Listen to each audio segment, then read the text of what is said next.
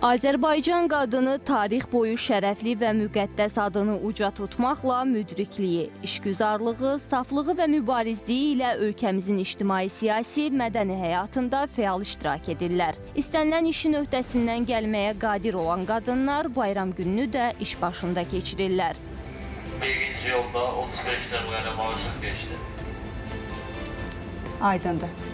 Onlar arasında metropoliten əməkdaşları da var. Bugün də onlar qatarların hərəkətinin nizamlanması, sərnişinləri tez və təhlükəsiz şəraitdə mənzil başına çatdırmaq üçün xidmət göstərirlər. Xidmətimizdə əsas məqsəd qatarların qrafik üzrə qəbul edib yola salınmasıdır.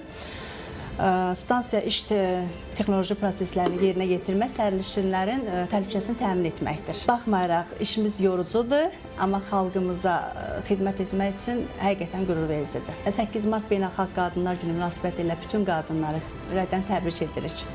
Uzun ömür, can sağlığı arzu edirik. Qatardan düşüb minməyi tələsin, biraz cəhd olun.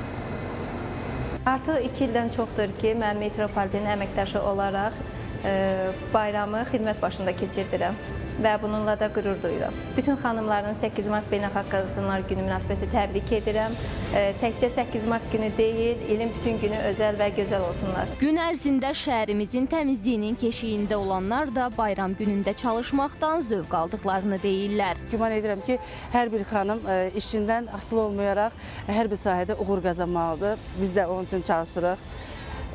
Xanımların bayramını təbrik edirəm, gözəl gün arzu edirəm, qadın xoşbəxtliyi arzu edirəm. 8 Mart günü hər yan təmiz olmalıdır, hər şey super olmalıdır. Çünki gələn gedən hamı baxır, ətrafa baxır.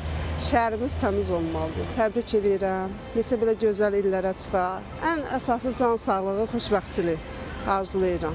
Səhhətimiz pisləşəndə ilk olaraq onlara zəng edirik. 103 çağrı mərkəzinin əməkdaşları da bayramı iş başında keçirənlər sırasındadır. Onlar bugün də əzmlə çalışır, operativ olaraq zəngləri qəbul edirlər.